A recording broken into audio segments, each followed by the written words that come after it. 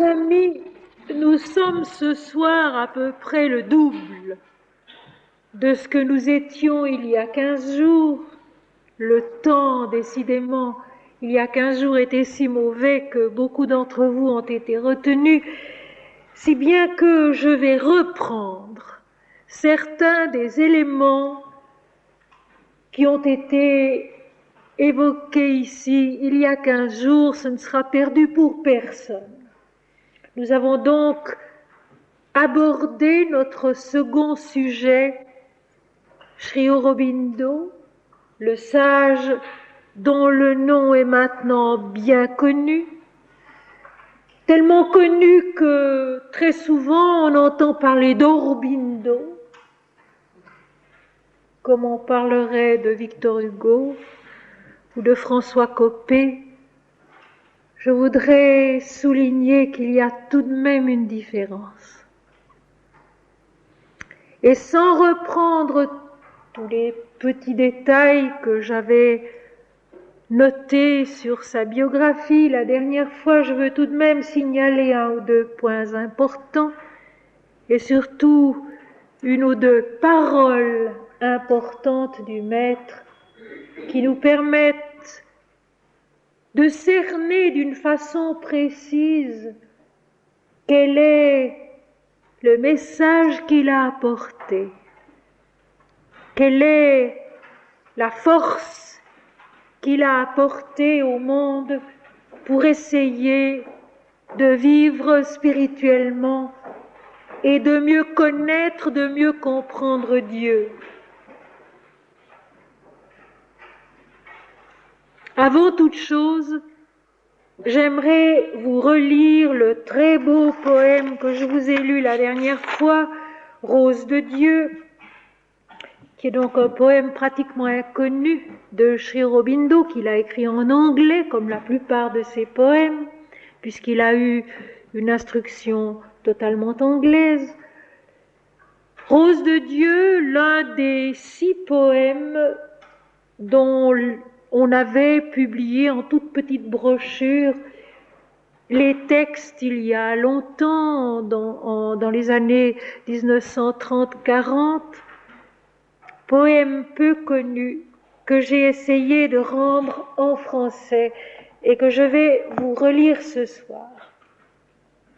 Rose de Dieu, tache rouge sur les saphirs du ciel, rose de béatitude, flamme douce teinte 7 fois par les 7 extases, jaillit dans notre cœur d'humanité, ô miracle, ô ferveur, passiflore de l'innommable, bourgeon du nom mystique. Rose de Dieu, grande corolle de sagesse sur les cimes de l'existence, rose de lumière, cœur immaculé de l'ultime vision, demeure dans la pensée de notre matérialité, ô mystère d'or, fleur, soleil au firmament de l'éternel, hôte de l'heure merveilleuse. Rose de Dieu, force d'amasser de l'infini, rouge icône de puissance, rose de pouvoir, avec ton halo de diamants perçant la nuit, en flamme dans la volonté de l'être mortel, trace le miracle de ton dessein, image d'immortalité, irruption de Dieu en l'homme. Rose de Dieu, pourpre éprise du divin désir incarné, rose de vie, regorgeant de pétales, lyre de couleurs, transforme le corps de l'être mortel en un poème doux et magique, unis en nous la terre et le ciel, rends immortels les enfants du temps. Rose de Dieu, telle une rougeur d'extase sur le visage de l'éternité, rose d'amour, cœur vermeil de tout ce qui est, passion brûlante de la grâce, surgit du fond de la nostalgie qui sanglote dans les abîmes de la nature, Fais de la terre la patrie du merveilleux et de la vie le baiser de la béatitude. Rose de Dieu, telle une rougeur d'extase sur le visage de l'éternité. Rose d'amour, cœur vermeil de tout ce qui est, passion brûlante de la grâce, surgit du fond de la nostalgie qui sanglote dans les abîmes de la nature. Fais de la terre la patrie du merveilleux et de la vie le baiser de la béatitude. Il s'agit donc d'une traduction française d'un poème inconnu de Sri Aurobindo intitulé Rose of God en anglais. Je vous en lirai d'autres au cours de ces quelques leçons consacrées à Sri Aurobindo et à son enseignement.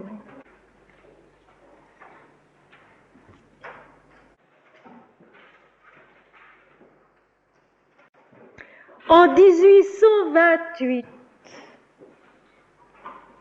s'inaugurait dans l'Inde un mouvement philosophique de néo-hindouisme qui s'appelle le Brahmo Samaj. Ce Brahmo Samaj avait été l'œuvre d'un homme s'appelant Mohan Roy. Il avait pour but de supprimer les dieux de l'Inde, de faire une sorte d'amalgame entre ce qu'on appelle le monothéisme de l'Occident et le polythéisme de l'Inde, et du temps où Ramakrishna enseignait dans l'Inde entre 1856 et 1886. Lui qui avait connu Dieu face à face et qui par conséquent instruisait ses disciples de ce qu'il avait vu et entendu, parlait du Brahmo Samaj avec sympathie, comme d'une recherche parmi d'autres, mais il savait bien, lui, que Kali, la mère divine qu'il avait tant adorée, était plus réelle que ce qu'il voyait avec les deux yeux de sa chair. De même, si l'on veut résumer l'enseignement de Sri Aurobindo, ce qu'il a apporté aux hommes, on peut le faire en 3 articles. Le premier, Dieu est. Le second, les dieux sont. Et le troisième, le moi individuel, l'ego humain, doit être dépassé dans la progression de la lumière intérieure de l'esprit qui le reconduit à ce qu'il est, l'image de Dieu. Premier point, Dieu est. Deuxième point, les dieux sont.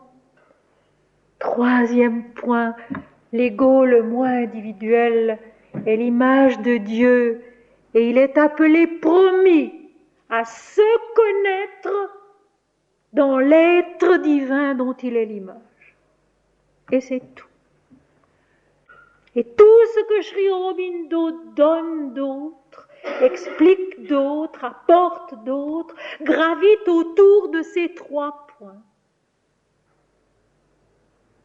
Il le spécifiera lui-même plus d'une fois. Ce qui revient à dire que la vie spirituelle, mes amis, au fond est très très simple et qu'il faut seulement ne pas se dérober à ce qu'elle nous donne d'une façon si claire, si précise, si directe. Le père de Sri Aurobindo,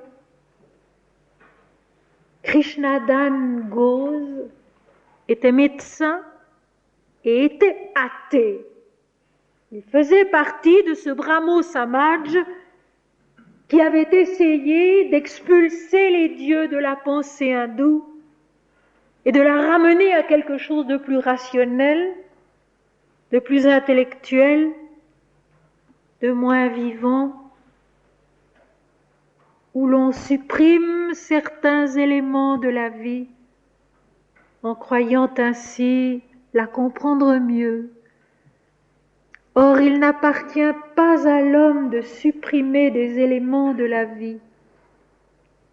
Il lui appartient d'essayer de les comprendre, d'essayer de les connaître, selon la parole de la Genèse, chapitre 1, verset 28, pour que l'homme règne sur tout ce qui est sur la terre, dans les mers et dans le ciel. Régner non pas pour son bon plaisir, mais régner, c'est-à-dire connaître, comprendre. Et nous avons vu la dernière fois, nous le reverrons aujourd'hui, qu'il n'y a au fond qu'une seule joie qui comble l'homme, c'est le fait de comprendre, c'est le fait de connaître. Quand nous connaissons vraiment, quand nous comprenons vraiment, nous sommes heureux, nous sommes comblés, nous n'attendons rien de plus. Sri Aurobindo est donc né à Calcutta, troisième fils d'un médecin, d'un bon médecin connu à l'époque et apprécié pour ses services. Le 15 août 1872. Le 15 août 1872. À l'âge de 7 ans, il est conduit à Londres avec ses 2 frères aînés par ses parents. Et il restera en Angleterre jusqu'à l'âge de 21 ans. Son père s'était efforcé d'être un parfait gentleman et de renier totalement l'Inde qu'il ne désirait pas que ses fils connussent. Il voulait faire d'eux des Anglais, de parfaits gentlemen anglais. Je passe très vite dans une misère relative mais certaine. Les 3 jeunes gens ont été élevés en Angleterre, logés tant bien que mal. Ils ont suivi les cours du collège de Saint-Paul à Kensington, puis à Cambridge, et ce qui ressort, c'est que très jeune, Sri Aurobindo a été un élève exceptionnellement doué et brillant. À l'âge de 12 ans déjà, il n'avait plus besoin de faire ses devoirs. Ce qu'on lui demandait en classe ne posait plus de problème pour lui. On lui enseignait le latin, le grec, l'anglais, le français, les mathématiques, l'histoire, la géographie. Et à partir de l'âge de 12 ans déjà, il occupait ses loisirs à apprendre l'allemand, l'italien, l'espagnol,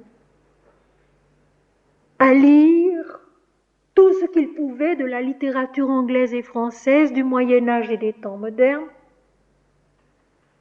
Il a eu aussi entre les mains quelques ouvrages traitant de la sagesse de l'Inde. Et ces ouvrages l'ont marqué.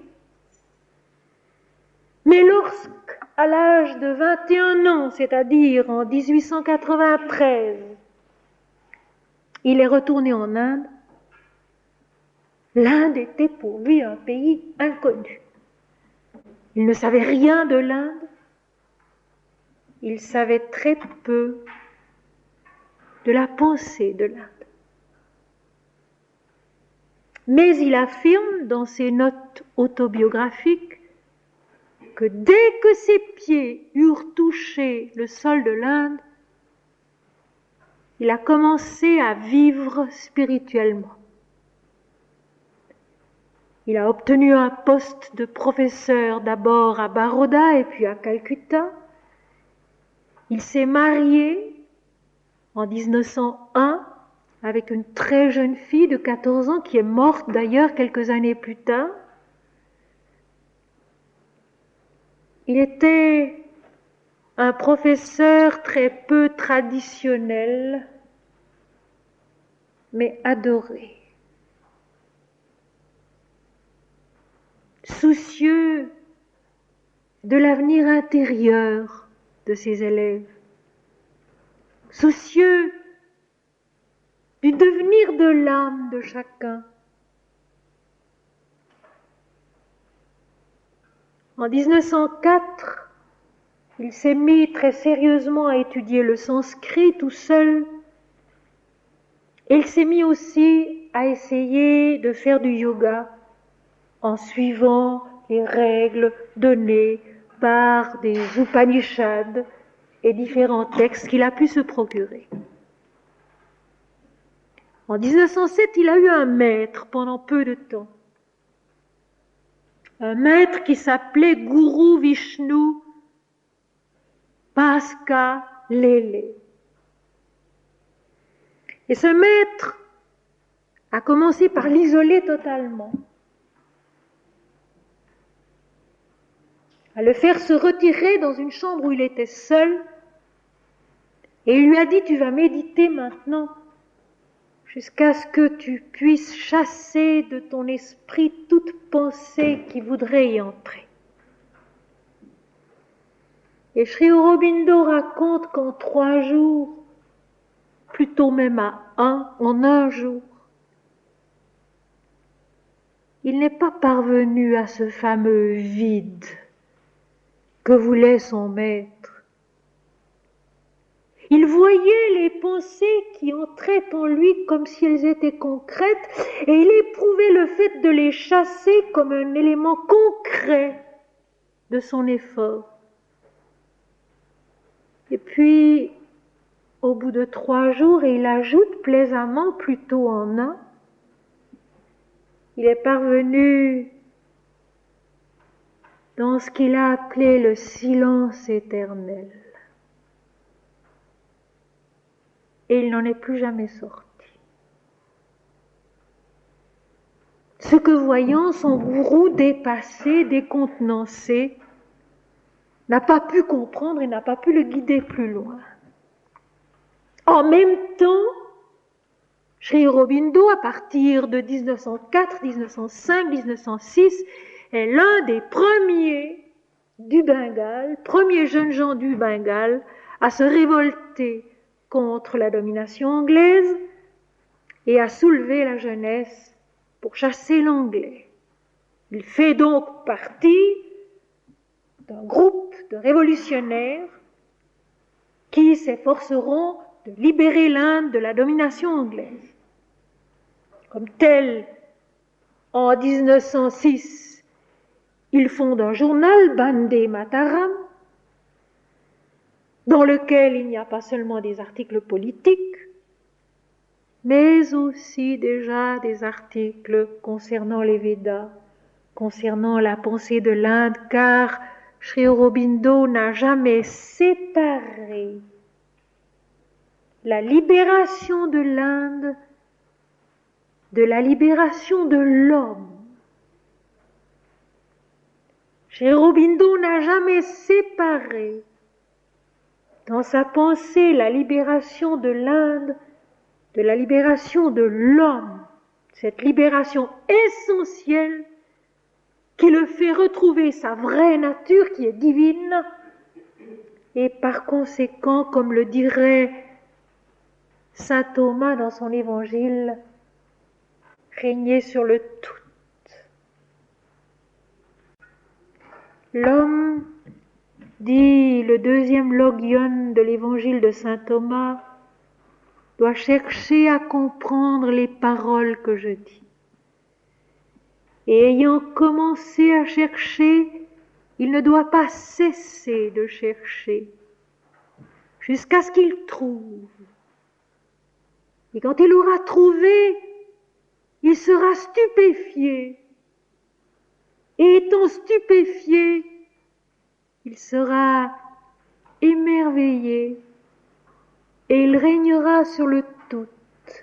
C'est cela la liberté, la seule liberté de l'homme. C'est cela la liberté que Sri Aurobindo rêvera d'apporter à son peuple et à l'humanité tout entière, à l'humanité par-delà l'espace et le temps. Sri Aurobindo sera emprisonné en 1908. Dans sa prison, il méditera. Et quand il sortira de prison, qu'il se trouvera devant ses juges, il le dira lui-même, j'en étais arrivé au point où je ne voyais plus de différence entre mes accusateurs, mes défenseurs, mes juges et moi. Tous sont Dieu. C'est alors que sœur Nivedita, cette Irlandaise qui était devenue le disciple et l'héritière de Swami Vivekananda. Swami Vivekananda, le disciple et l'héritier de Sri Ramakrishna. Sœur Nivedita rencontre plusieurs fois Sri Aurobindo. Elle lui a rendu, durant sa période politique, plus d'un service, traduisant ses articles, les faisant paraître, lui donnant en prison des nouvelles sur ce qui se passait. C'est elle qui dit au jeune Sri Aurobindo, il faut quitter l'Inde, il faut vous garder pour l'autre œuvre que vous avez à accomplir. Et c'est elle qui l'aide à passer en terre française, c'est-à-dire à Pondichéry, en 1910. Et c'est en arrivant à Pondichéry, en 1910, en avril 1910, que Sri Aurobindo, tournant la page sur ce qui fut sa vie terrestre, humaine, dit adieu à la politique, dit adieu à l'enseignement dans des collèges, et note cette parole sur laquelle je me suis arrêtée assez longuement la dernière fois et je veux le refaire ce soir. Je traduis d'un petit texte allemand que j'ai là sous les yeux et qui cite les termes de l'autobiographie de Sri Aurobindo. La foi fondamentale dans le yoga est celle-ci. Dieu est là.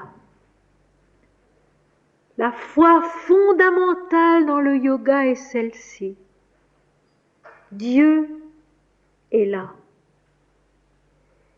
Et Dieu est la seule chose ou le seul être qu'il vaille la peine de suivre ici-bas. Dieu est là et Dieu est le seul qu'il vaille la peine de suivre ici-bas. Et Sri Aurobindo ajoute, aussi longtemps qu'un homme a cette foi-là, il est destiné à la vie spirituelle. Et je dis ceci aussi, si sa nature est pleine de difficultés, d'obstacles, bourrée de doutes et de difficultés. Et même s'il doit vivre plusieurs années de lutte, il est destiné à la victoire dans la vie spirituelle.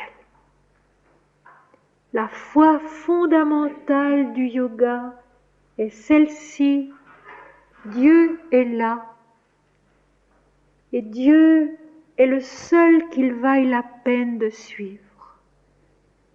Quiconque possède et garde cette foi-là, dans cette vie ou une autre, est promis à la victoire de la vie spirituelle. Ce qui revient à dire, mes amis, et c'est important, qu'il n'y a pas d'effort inutile quand on a en soi la foi et l'amour de Dieu. Il n'y a pas d'effort inutile. Même si notre vie actuelle nous semble faite davantage de difficultés et d'échecs que de réussites, le simple fait d'avoir cherché, le simple fait d'avoir aimé Dieu, si peu et si mal que ce soit, le simple fait d'avoir à l'occasion persévéré à nouveau, est déjà un bout du chemin qui nous conduit au but de la vie spirituelle. Dieu et Dieu seul, la toute connaissance de l'Éternel. Ce n'est pas à nous d'en juger, ce n'est pas à nous de s'impatienter. Et surtout, ce n'est pas à nous de nous comparer les uns aux autres. Je crois qu'il n'y a pas d'action plus paralysante que celle de se comparer les uns aux autres. Chacun a son chemin. Chacun a ses facultés. Chacun a ses forces et ses possibilités.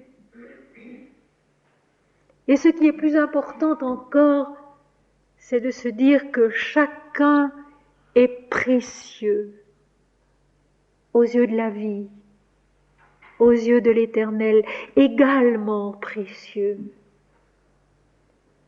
aux yeux de l'Éternel, aux yeux de la vie. Et que ce n'est pas à l'homme de juger du point où il se trouve, mais à Dieu seul. Et je répète ici cette parole de Swami Vivekananda à ses disciples. Vous voyez ce grand sage que tout le monde admire pour ses connaissances, son yoga, son ascèse. Et vous voyez ce balayeur de rue que tout le monde méprise. Je vous le dis en vérité, le balayeur de rue a fait dans cette vie-ci plus de progrès que le sage. Ce qui revient à dire aussi une parole de la Bible, l'homme regarde à l'apparence, mais l'Éternel regarde au cœur. Ainsi, ne nous comparons pas les uns aux autres. Ne nous envions surtout pas les uns les autres. Chacun a son chemin. Ce chemin est unique et il est également précieux au Seigneur, qui est notre vie à tous, qui est notre cheminement à tous, pas à pas, selon sa sagesse et selon son amour. Nous allons maintenant reprendre l'hymne védique que nous avions commencé la dernière fois. Ces hymnes védiques que Sri Aurobindo a réécrits en anglais, dont il a scrupuleusement, minutieusement expliquer le sens des racines sanskrites pour en tirer le suc, la vie spirituelle. Ces hymnes qu'il n'a pas traduits comme un écolier qui fait une version, si calé que soit l'écolier, mais qu'il a vécu pour en connaître la vision, pour en connaître l'intelligence, et qu'il a ensuite rendu en anglais pour qu'il soit accessible aux esprits de l'Occident comme à ceux de l'Orient.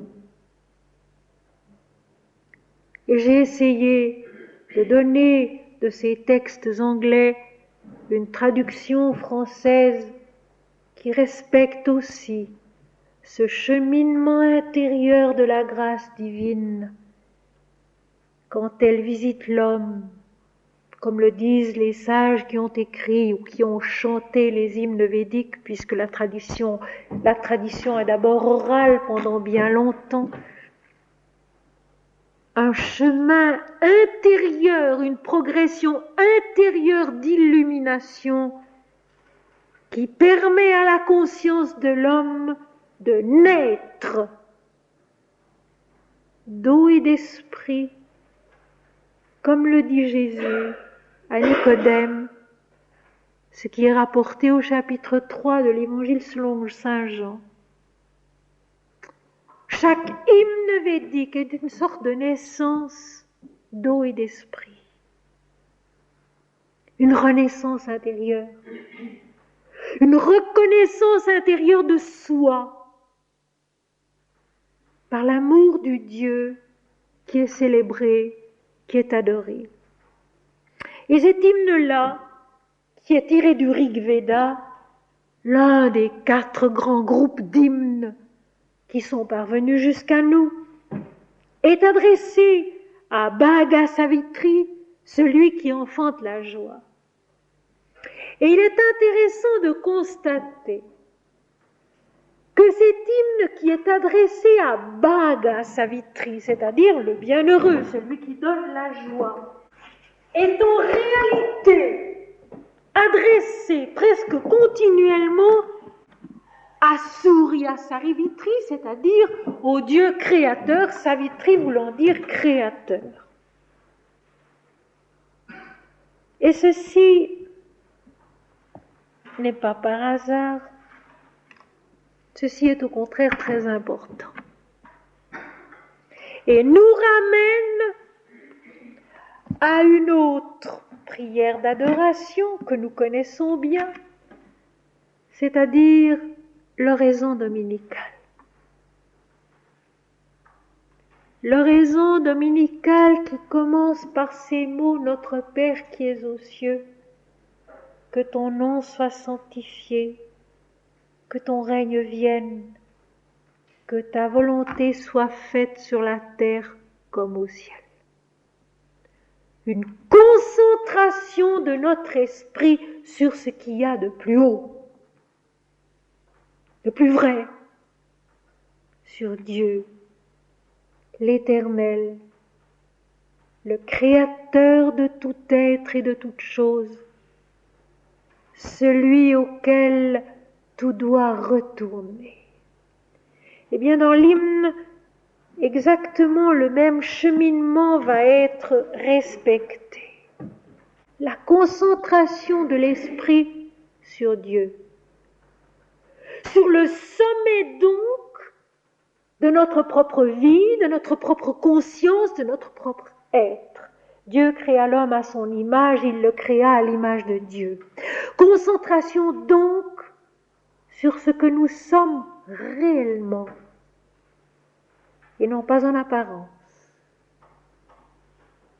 Et ceci déjà, c'est toute une leçon.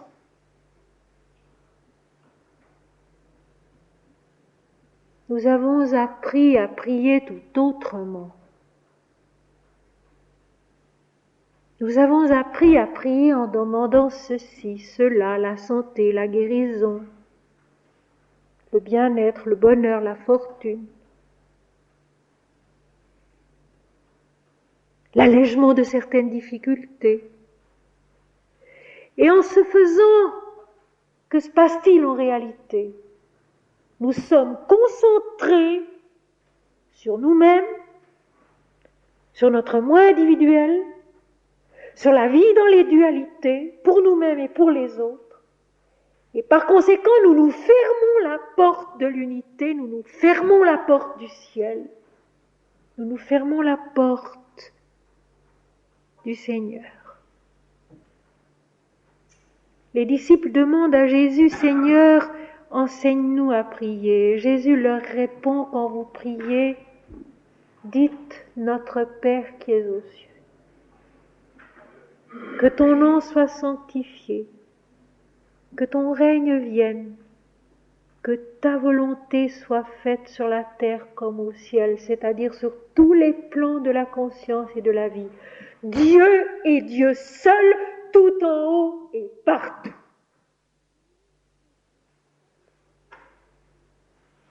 La vraie prière, c'est ça. Et dans notre hymne aussi, du divin Savitri, nous recevons cette joie qui est la meilleure, qui dispose toutes choses exactement, atteint le but, celle de Bhaga, que nous retenons par la pensée. C'est exactement la même articulation spirituelle, la même articulation pieuse, la même concentration mystique sur Dieu, Savitri, le Créateur, le commencement, le sommet. Et mes amis, c'est tellement vrai. Je ne suis pas ici pour vous faire des grandes théories magnifiques dont vous ne sachiez que faire. J'essaye d'être infiniment pratique, c'est-à-dire de vous donner des phares, des moments lumineux tirés des Écritures qui nous permettent aux uns et aux autres de faire l'effort juste pour avancer de temps en temps d'un pas et ne plus toujours reculer ou tourner en rond. Quand nous avons le temps ou le désir de prier, pensons à Dieu, notre Père qui est aux cieux, et non pas à nous-mêmes et à nos difficultés. Du divin Savitri, nous recevons cette joie qui est la meilleure, qui dispose toutes choses exactement. Notre Père qui es aux cieux, que ton nom soit sanctifié, que ton règne vienne, que ta volonté soit faite sur la terre comme au ciel, c'est la même chose. Le Dieu créateur, origine, substance et fin de tout, qui verse en nous cette joie qui est la meilleure et qui dispose toutes choses exactement. En nous-mêmes et dans la vie autour de nous, si nous savons attendre, si nous savons patienter, si nous savons avoir confiance, si nous savons aimer le Seigneur,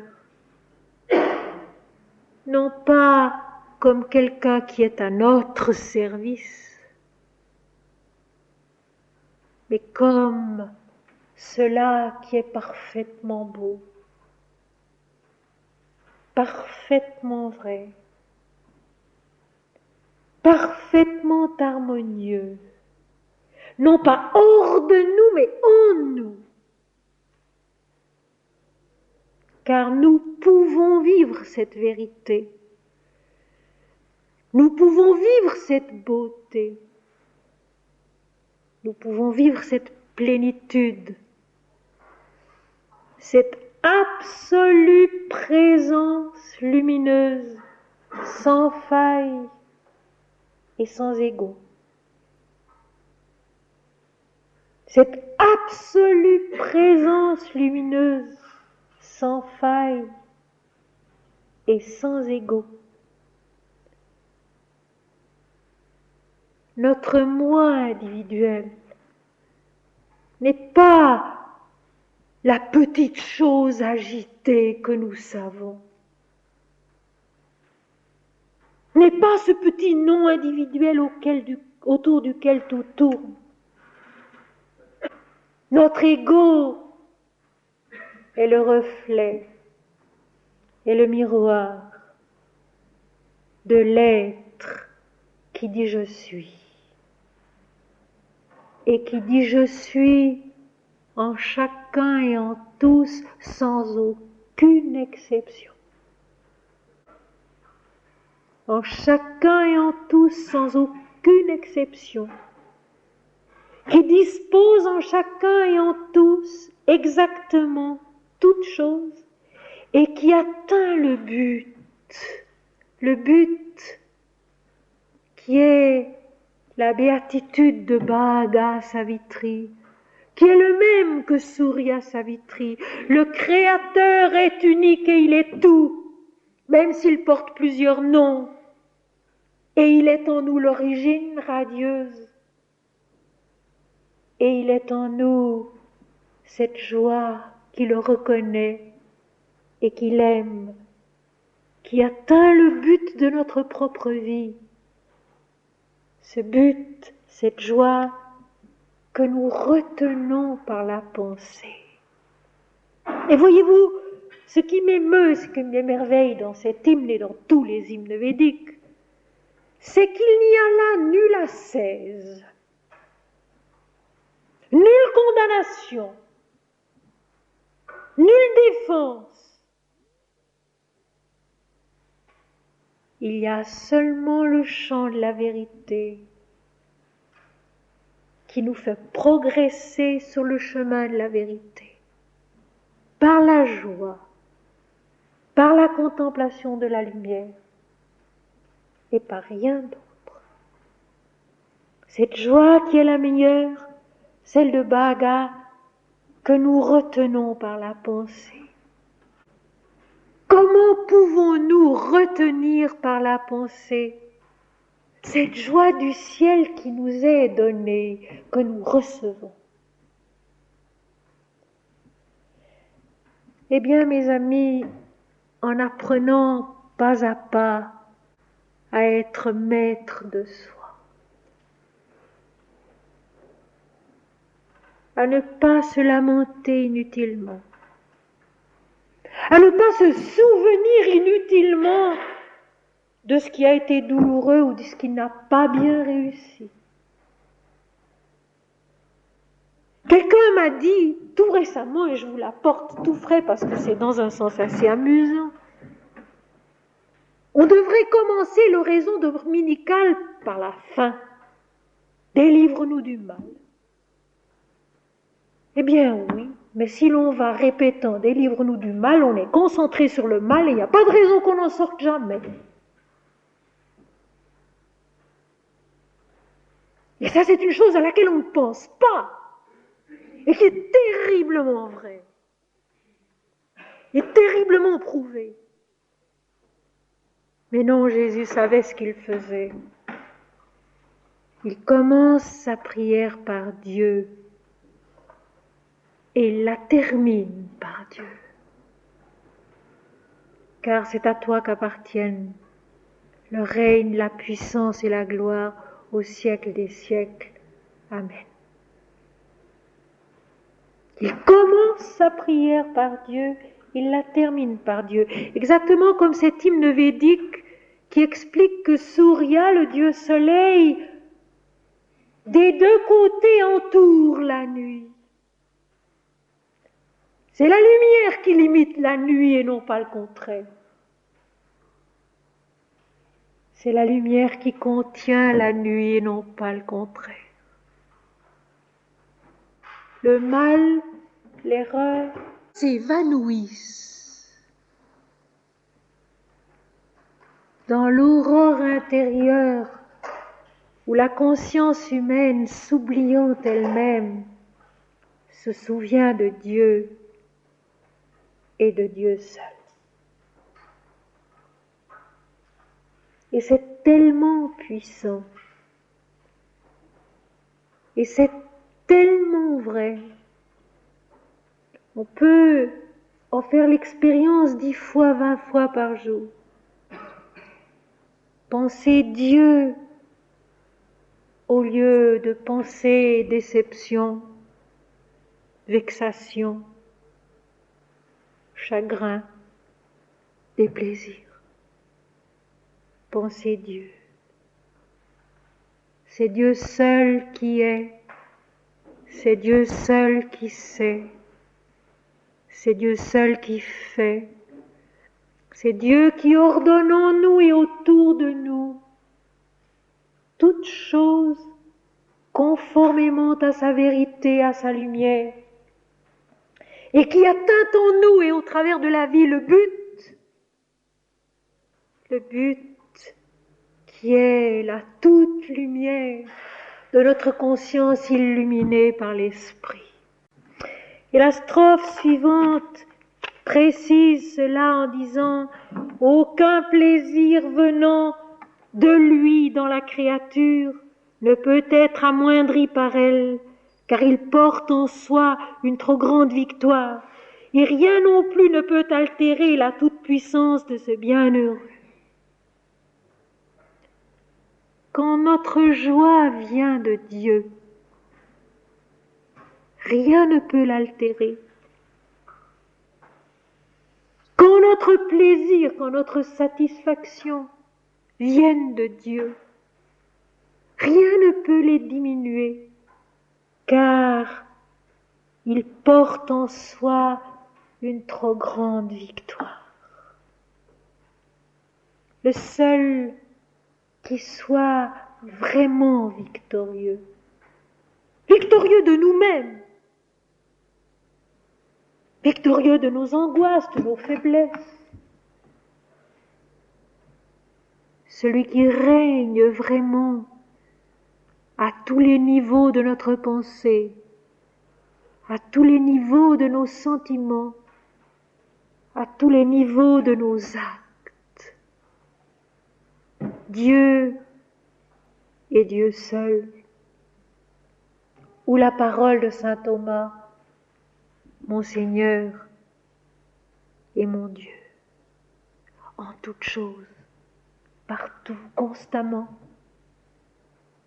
Je vous assure que si une poignée d'hommes et de femmes vivent cela obstinément, jour après jour, quelque chose dans le monde changerait. Quelque chose dans le monde s'éclairerait. Quelque chose dans le monde serait sanctifié. Obstinément, mais doucement, sans aucune agressivité. Certes, cela demande un effort, d'aller chantant dans le fond de son cœur mon Seigneur et mon Dieu et de ne rien vouloir savoir d'autre, quoi qu'il se passe.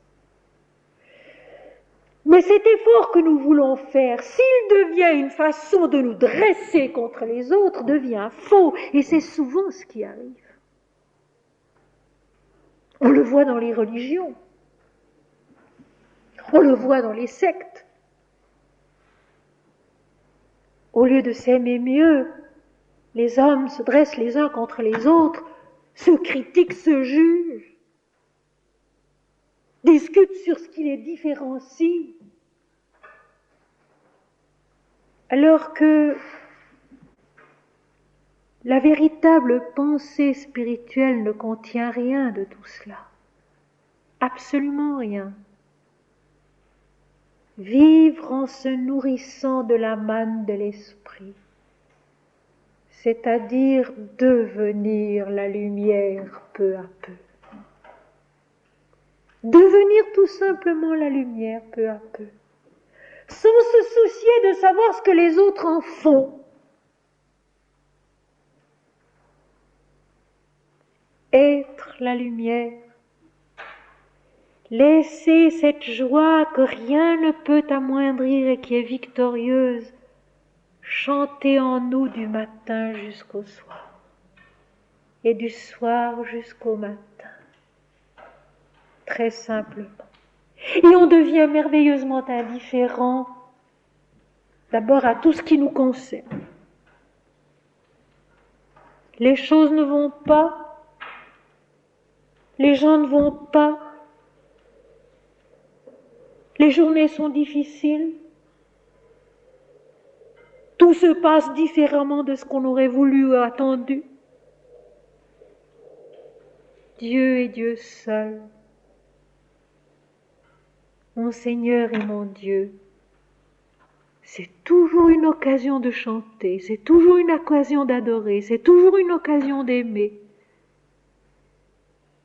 Et si on veut bien le voir, et si on veut bien le vivre, l'occasion contradictoire et inattendue est souvent bien meilleure que l'autre, qu'on aurait préféré. Tout devient simplement une occasion de croître dans la lumière de l'esprit.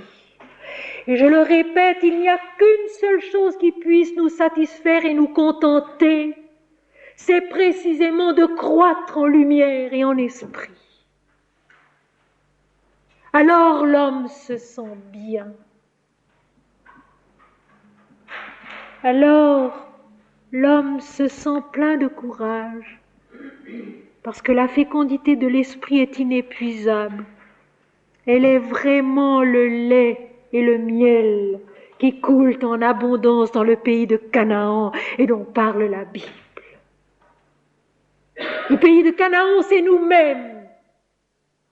C'est notre conscience instruite par Dieu,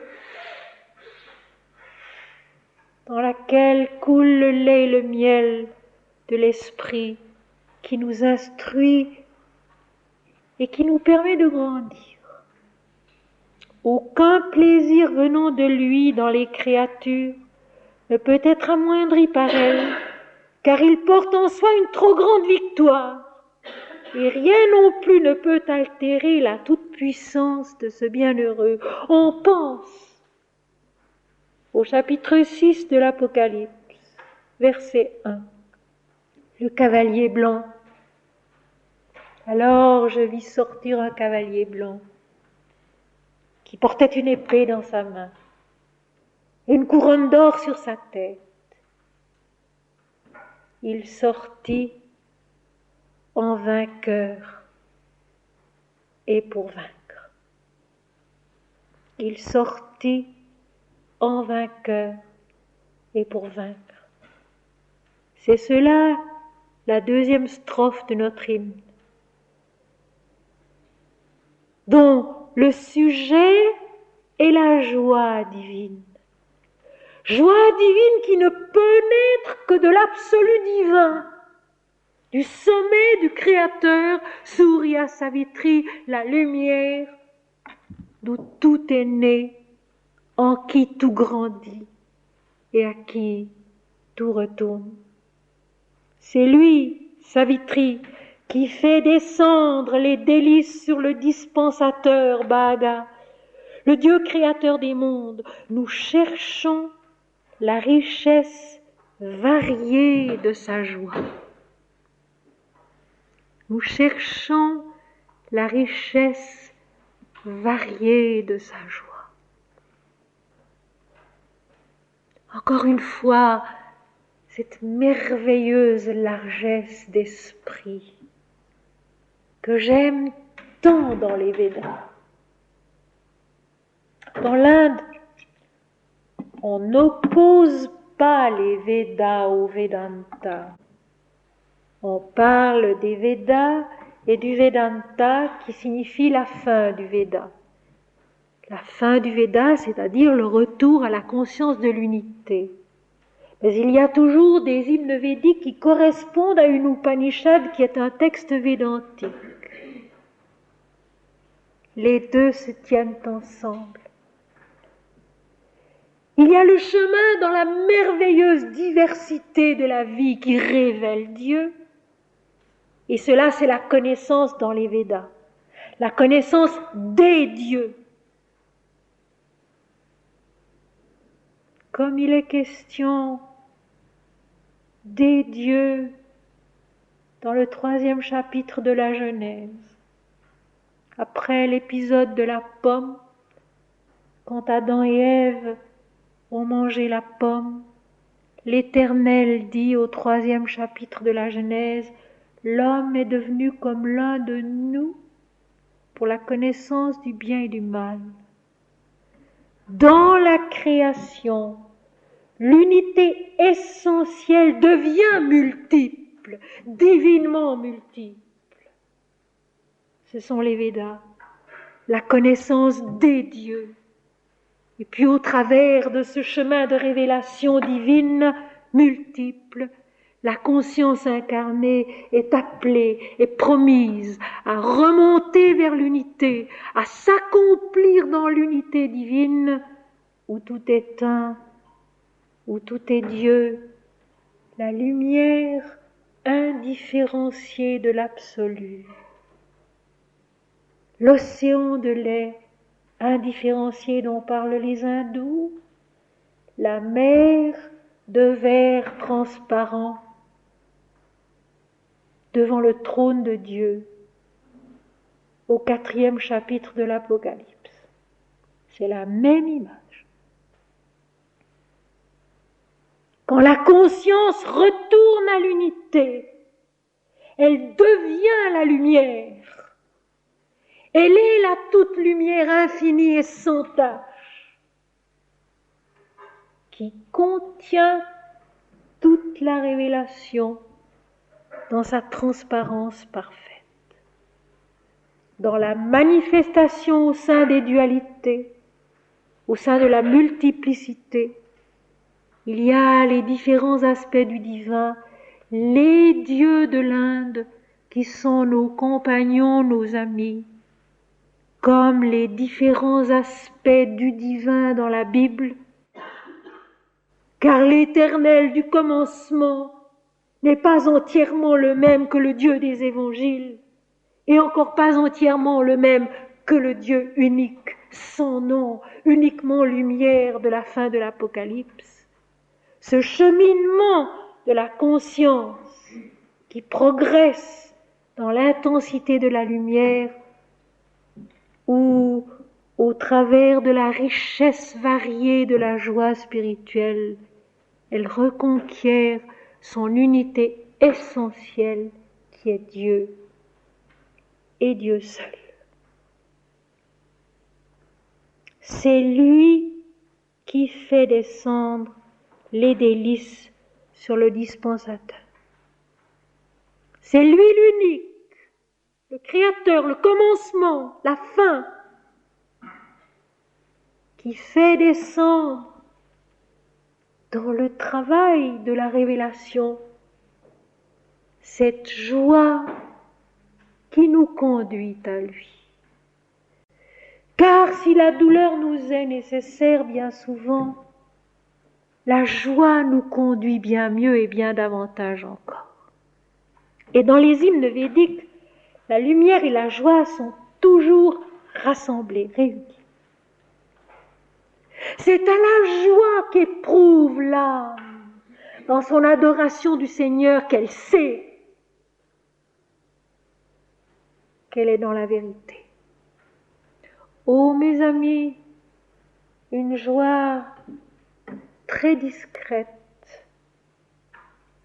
une joie prudente.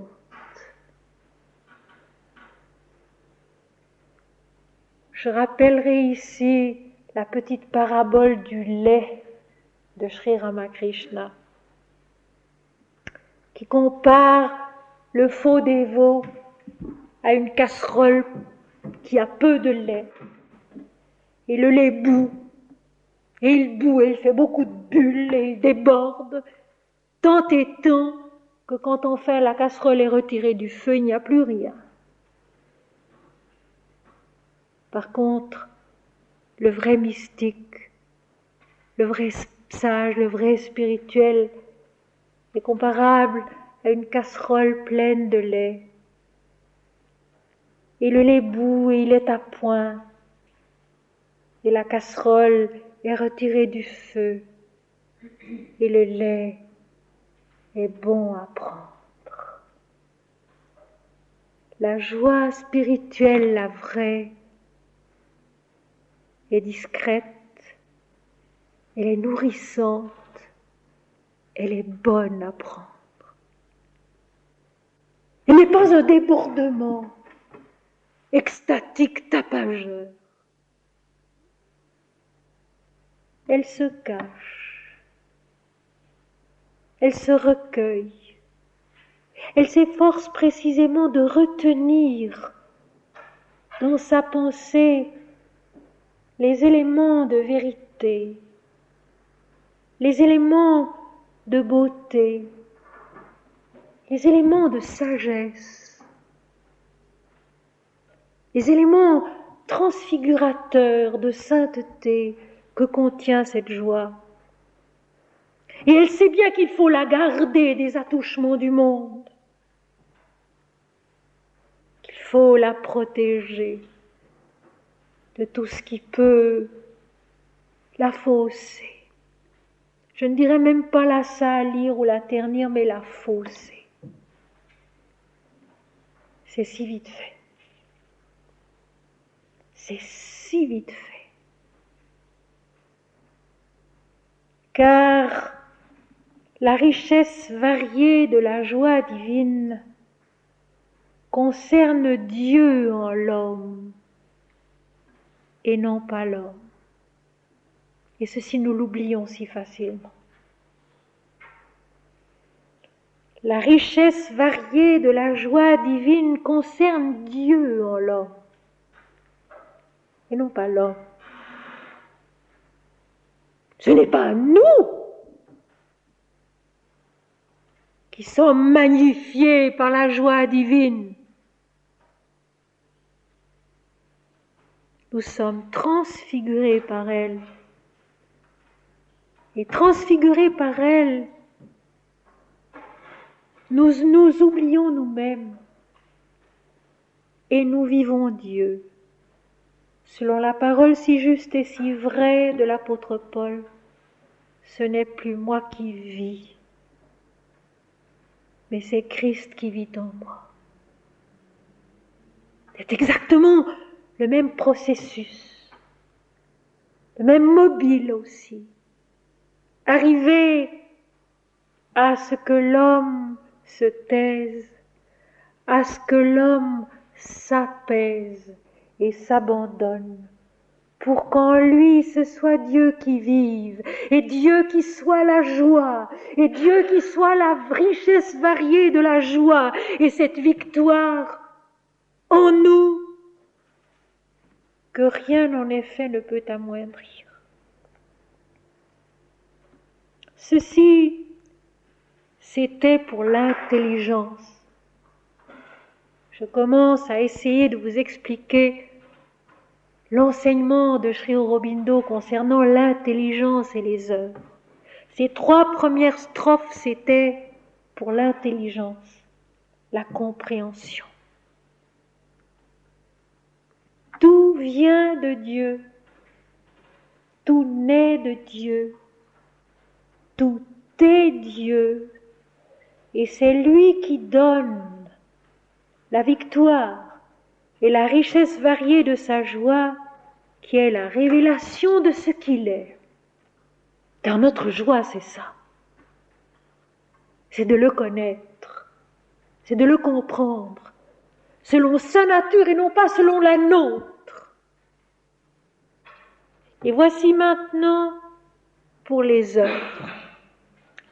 Aujourd'hui, ô divin producteur, fais jaillir en nous une félicité féconde, chasse ce qui appartient au mauvais rêve. Voilà le commencement de l'œuvre. Après la compréhension, l'effort de l'œuvre, et non pas une fois, mais aujourd'hui, ici, maintenant. Car ici, maintenant, c'est l'éternité, c'est l'infini, si nous le voulons bien.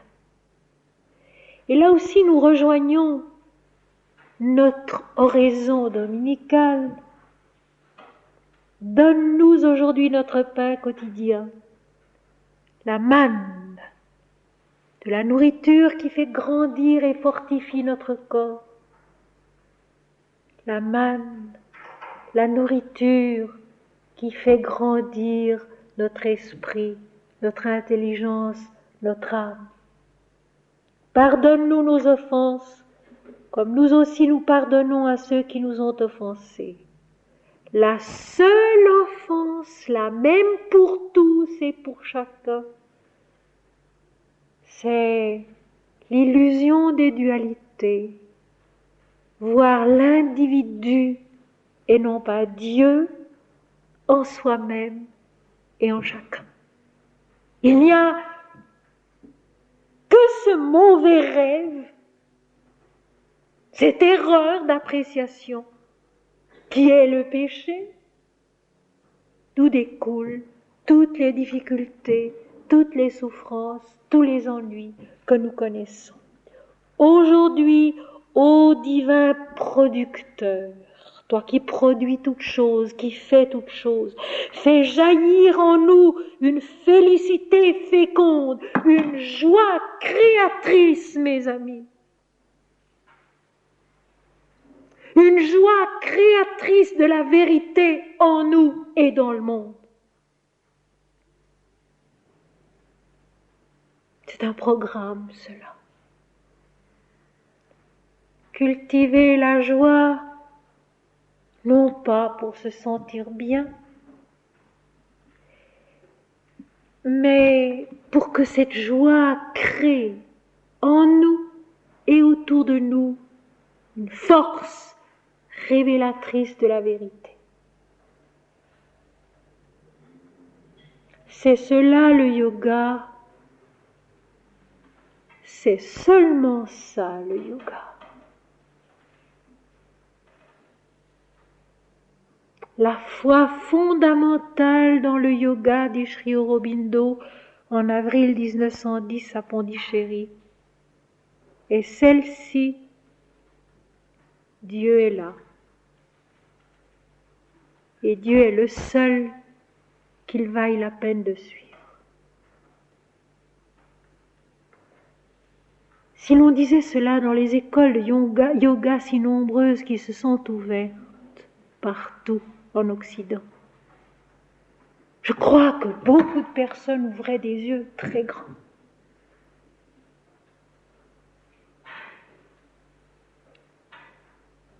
La foi fondamentale du yoga est celle-ci, Dieu est là. Et Dieu est le seul qu'il vaille la peine de suivre. Fais jaillir en nous une félicité féconde, c'est-à-dire une joie qui enfante la compréhension de Dieu dans la vie. Une joie qui permette ce silence fécond dans lequel on peut percevoir Dieu très nettement à l'occasion. Le bruit dans lequel nous vivons est une souffrance. Essayons de créer du silence. L'agitation dans laquelle nous vivons est une souffrance pour l'homme et pour les animaux aussi. Essayons de créer le calme. Cette joie féconde créatrice d'intelligence, qui permet l'œuvre juste, l'œuvre vraie, l'œuvre bonne, qui est notre progression dans la lumière de l'esprit. C'est-à-dire que pas à pas nous comprenons mieux, pas à pas nous acceptons mieux, pas à pas nous nous ouvrons à cette intelligence qui est la meilleure, qui est la joie du divin dans la vie d'ici-bas. Chasse ce qui appartient au mauvais rêve. Eh bien, le mauvais rêve, mes amis, c'est de vivre comme si nous étions seulement ce corps et cette personne humaine ici-bas maintenant.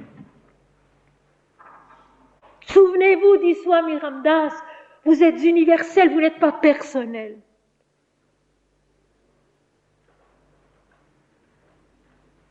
Toute la vérité nous habite. Tout le divin nous habite. Toute la sainteté, toute l'intelligence, toute la joie nous habite.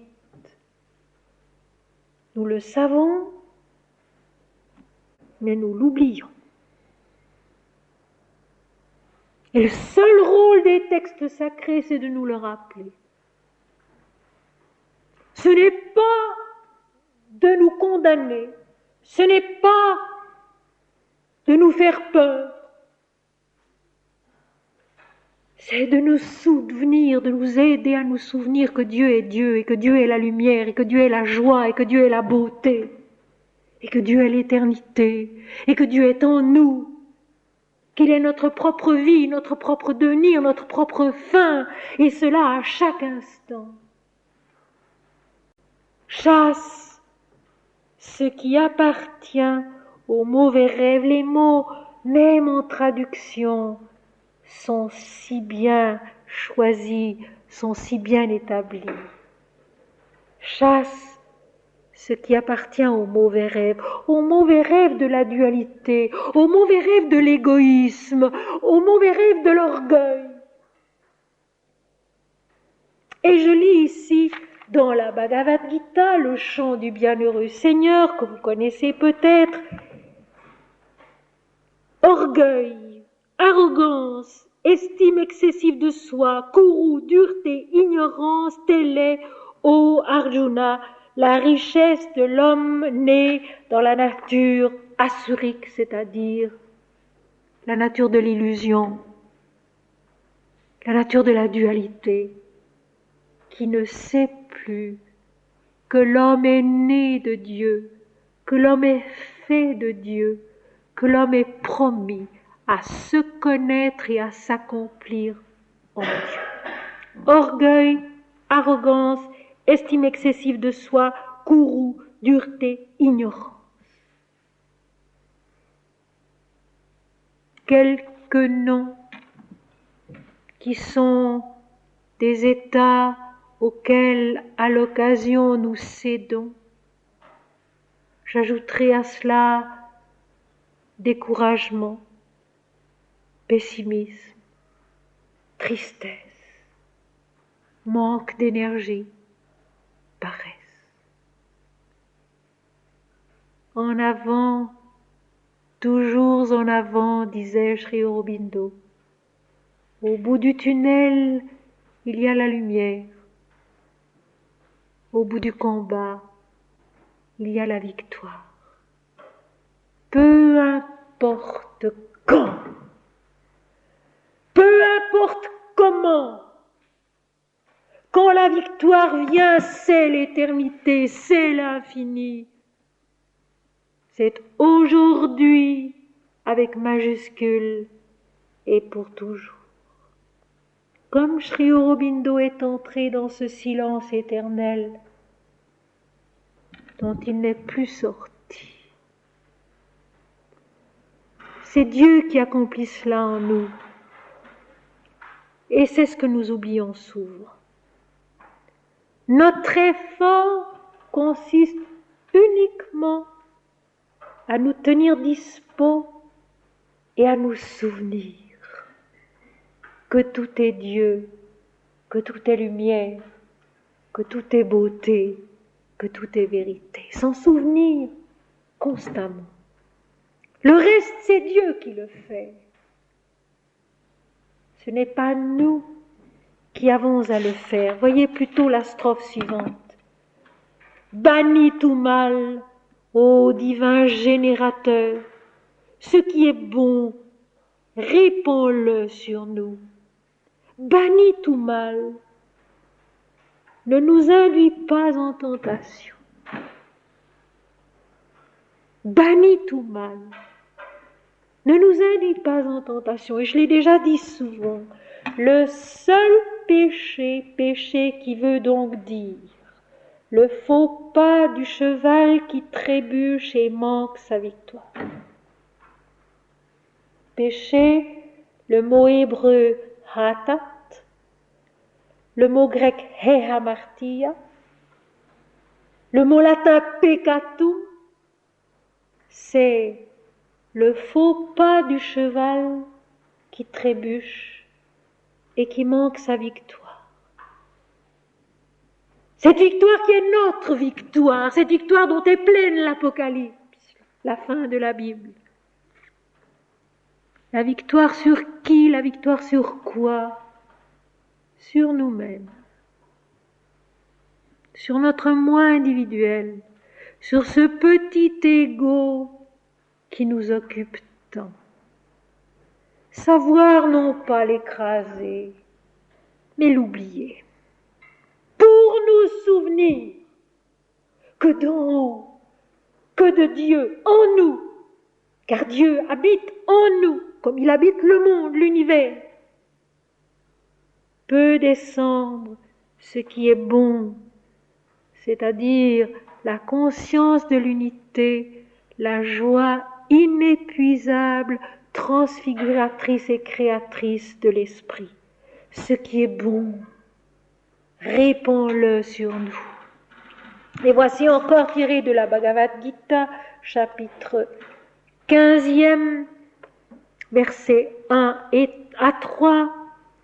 Le bienheureux Seigneur dit, absence de peur, tempérament pur, fermeté dans le yoga de la connaissance, bienfaisance, maîtrise de soi, sacrifice, étude des Écritures, ascèse, candeur et droiture, non-violence, sincérité, absence de courroux, abnégation, calme, absence de critique, compassion pour tous les êtres, absence de convoitise, douceur, modestie, absence d'agitation, énergie, miséricorde, patience, propreté, absence d'envie et d'orgueil, telle est, ô Arjuna, la richesse de l'homme né en la nature dévique, c'est-à-dire divine. Pour commencer, absence de peur. La peur fait à l'homme, fait au monde, un mal infini. Quand on agit par peur, quand on pense dans la peur, quand on cherche dans la peur, quand on travaille dans la peur, on est centré sur soi, mais on est centré sur soi d'une façon totalement négative.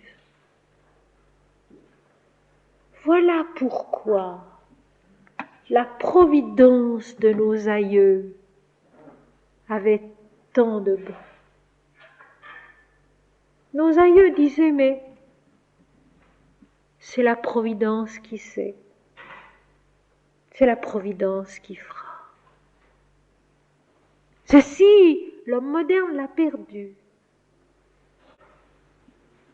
Et c'est une richesse à retrouver.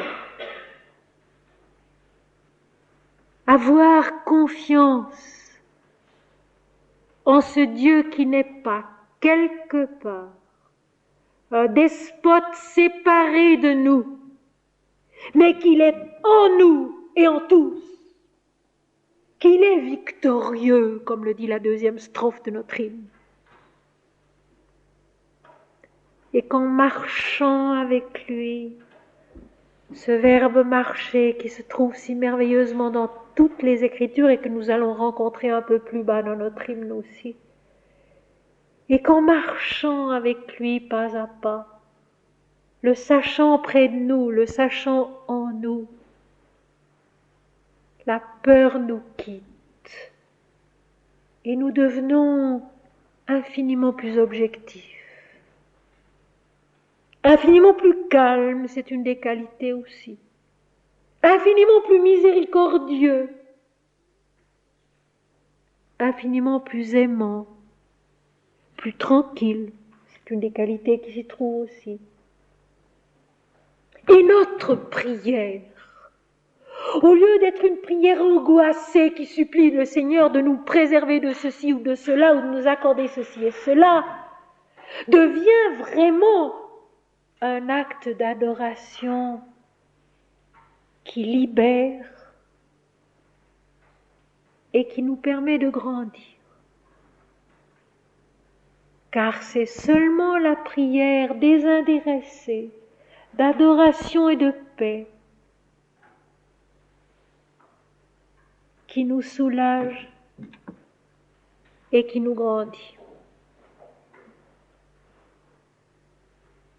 Quantité de personnes actuellement qui s'efforcent d'avoir une vie spirituelle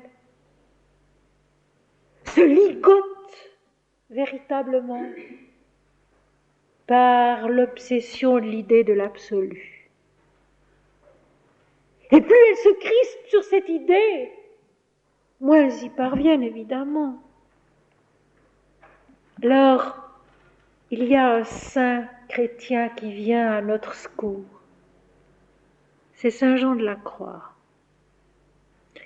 Saint Jean de la Croix qui dit que le chemin pour parvenir à l'union du repas mystique tout en haut du mont Carmel, où l'âme humaine et Dieu sont un, c'est de ne vouloir rien, rien, rien, rien,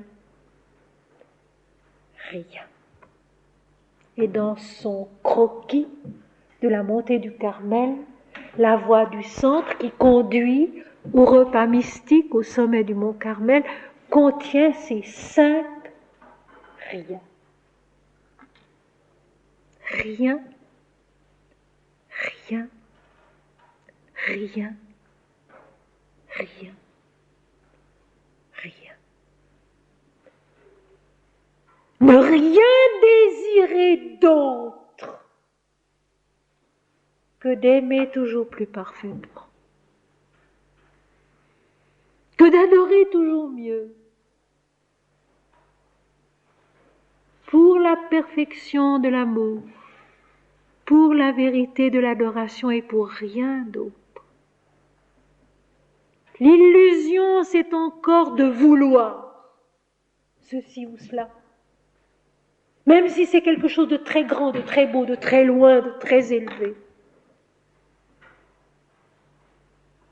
Répand sur nous ce qui est bon. Ce qui est bon, mes amis, c'est le total désintéressement de l'amour. Si vous voulez, la vie spirituelle est comparable à la vie d'un artiste qui vouera toutes ses forces, toute sa vie, tous ses moyens, tout ce qu'il possède, jusqu'à en mourir, à créer des œuvres qui soient belles, qui soient vraies. Peu importe si jamais personne ne les reconnaît comme telles. Créer la joie créatrice de la vérité. sans aucun autre but. Peu importe si rien ni personne ne l'apprécie jamais. C'est cela le chemin de la vérité. C'est cela le chemin de l'absolu. Et comme une récompense, le début de la strophe suivante est absolument splendide, même en traduction. Voici. Sans tache, devant l'existence infinie où s'épanche Dieu. Je connais peu de textes qui soient aussi beaux. Sans tache, devant l'existence infinie où s'épanche Dieu, nous maintenons par la pensée tout ce qui permet la béatitude.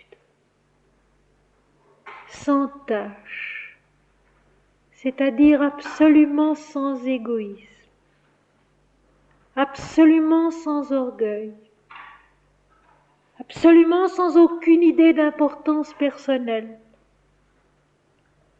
absolument sans autre attitude, sans autre but que d'être l'amour parfait de Dieu qui s'offre à la réponse parfaite de l'éternité. Sans tache, devant l'existence infinie où s'épanche Dieu. Cette existence infinie est en nous. Et c'est en nous que s'épanche Dieu. Quand nous sommes sans tache, c'est-à-dire, comme le dit si joliment l'Inde, sans péché, sans égoïsme et sans orgueil. Cela revient à ça, c'est tout. Sans péché, sans égoïsme et sans orgueil. Mes amis, je vais vous avouer quelque chose. Je rêve d'un endroit où jamais personne ne dirait moi je. Je rêve d'un endroit très simple, pas grand, modeste, en pleine campagne, où jamais personne ne dirait moi je, où tous ceux qui viendraient, où tous ceux qui vivraient, déposeraient leur petit moi sur le seuil de l'allée, et une fois entrés, ne se souviendraient plus que de Dieu. On dit que Sri Aurobindo a rêvé d'une ville parfaite, où tout serait vécu en Dieu, par Dieu. Et on a essayé de construire Auroville et je ne suis pas sûre que ce soit une réussite. Je rêve d'un endroit où personne ne dirait moi je, où une fois entré, chacun ne penserait plus que Dieu, ne chanterait plus que Dieu, se réjouissant en Dieu et recevant de lui cette existence radieuse qui s'épanche en nous et en toutes choses. Et puis, cet endroit, s'il devait rayonner, peut-être, ferait naître ici-bas autre chose que nos perpétuels combats, que nos perpétuels affrontements, que nos oppositions douloureuses. Un petit coin où Dieu serait Dieu sans limitation d'aucune sorte. Je ne crois pas me tromper en disant que c'est ça que Sri Aurobindo avait voulu.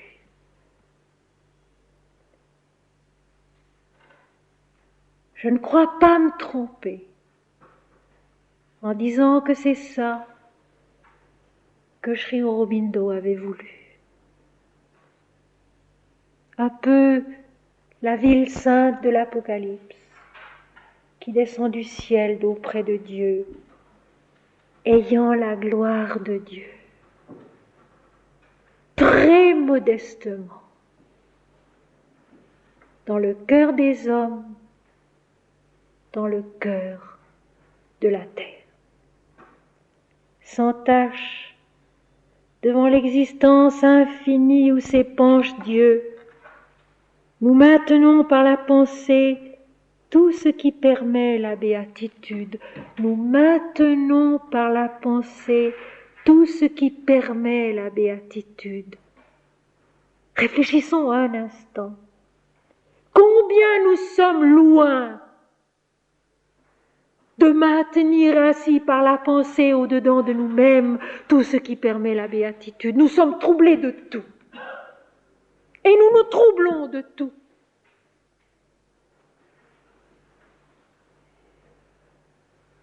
Efforçons-nous un peu chaque jour, de maintenir par la pensée, nous pouvons la diriger, nous avons une certaine volonté, un certain pouvoir de volonté sur la pensée. Nous pouvons nous permettre de penser mal ou de penser bien.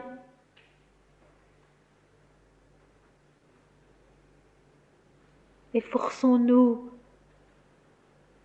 de maintenir par la pensée tout ce qui permet la béatitude.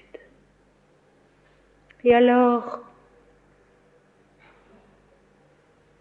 le roi des exercices spirituels, comme l'appelle la Bhagavad Gita, c'est-à-dire le japa, la répétition d'un nom de Dieu, non pas ce qu'on en a fait encore, la répétition d'un mantra pour se protéger de ceci, pour se préparer à cela, pour être en bonne forme, pour gagner de l'argent, pour se préserver des maladies, que sais-je encore.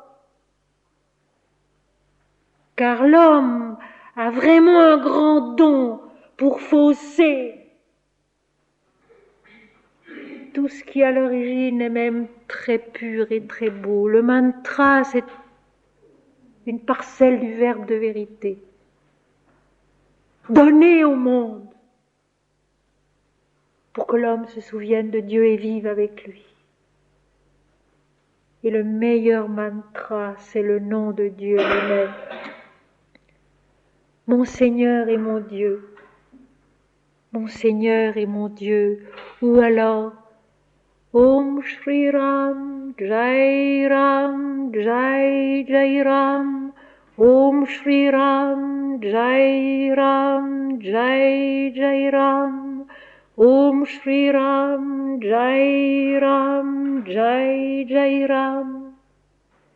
Vivre en chantant Ram, vivre en chantant Dieu, fortifie nos pensées, purifie nos sentiments et nos pensées, établit en nous une résistance à l'erreur et au mal, et nous permet peu à peu de grandir en stature, en sagesse et en grâce devant Dieu et devant les hommes, comme il est dit de Jésus dans l'évangile de Luc, chapitre 2, verset 52. Et comme c'est notre destin à chacun de nous, grandir en stature, en sagesse et en grâce devant Dieu et devant les hommes, c'est notre destin à chacun de nous. Et voici la continuation de l'œuvre Nous acceptons aujourd'hui en nous-mêmes, avec des mots parfaits, la divinité universelle et le maître de la vie, le Créateur dont l'œuvre détient la vérité. Nous acceptons aujourd'hui en nous-mêmes cette présence dont je vous disais tout à l'heure qu'elle est l'absolue présence lumineuse, sans faille et sans égo. Nous acceptons aujourd'hui. C'est-à-dire que nous allons essayer de la maintenir, de la retenir par notre pensée, pas après pas, jour après jour, fidèlement. Non pas, mes amis, dans un effort crispé,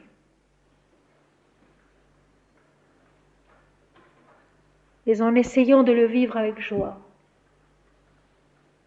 dans un abandon heureux, confiant, vrai, persévérant certes, courageux, audacieux aussi, mais surtout confiant, paisible et abandonné. Le temps a passé, je ne veux pas que nous soyons bousculés. Pour terminer, j'aimerais vous lire encore un poème avant de terminer, et nous terminerons cet hymne védique la prochaine fois.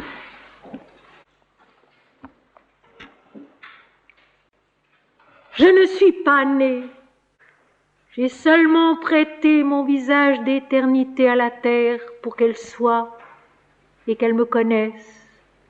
Moi, l'immuable félicité de la lumière, moi, Surya, je suis. Et la terre me porte dans sa vie. Le cœur de l'homme rayonne de moi. La mort ne me dévisage point, mais moi je la dévisage, car elle est issue de moi, elle aussi. Et sous le feu de mon regard, elle disparaît. Je suis le maître de la vie et de la mort. Je suis le germe et les récoltes, et je suis la fin des moissons, bien, bien au-delà d'elles toutes. Cela que la pensée ne conçoit pas, ni son support la forme. Cela qui se suffit à soi-même pleinement, dans la béatitude où l'amour radieux respire de soi seul, sans réplique d'aucune sorte, où la joie sait d'où elle vient et à qui elle s'adresse, dans la sérénité si légère qu'elle diffuse le jour, dans la perspective si vaste et si subtile qu'elle se pénètre de partout. Je suis l'unique et nul ne se possède qu'en moi. Engagé de tout mon être dans le devenir du monde, stable je suis en l'état de perfection où tout est Dieu. Je ne suis pas né. J'ai seulement prêté mon visage d'éternité à la terre pour qu'elle soit et qu'elle me connaisse. Moi, l'immuable félicité de la lumière. Moi, Surya, je suis, et la terre me porte dans sa vie. Le cœur de l'homme rayonne de moi. La mort ne me dévisage point, mais moi je la dévisage, car elle est issue de moi, elle aussi. Et sous le feu de mon regard, elle disparaît.